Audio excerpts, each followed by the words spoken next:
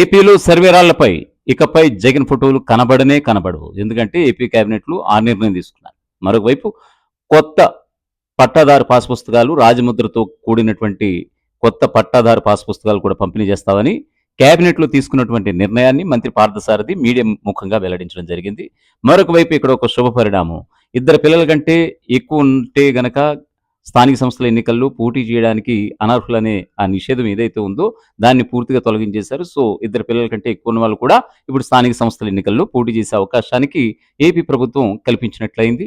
మరోవైపు సున్నిపెంటలో గత ప్రభుత్వం కేటాయించిన భూమిని రద్దు చేశారు. అలాగే గత ప్రభుత్వం తీసుకొచ్చినటువంటి 217 జీవోను కూడా రద్దు చేయడం జరిగింది ఏపీ కేబినెట్. మరొక వైపు మావోయిస్టులపై మరో ఏడాది పాటు నిషేధం విధించేందుకు కూడా ఏపీ కేబినెట్ నిర్ణయం తీసుకుంది. సో ఈ క్రమంలో కేబినెట్ నిర్ణయాలన్నీ కూడా మంత్రి పార్థసారథి మీడియా ముఖంగా వెల్లడించారు.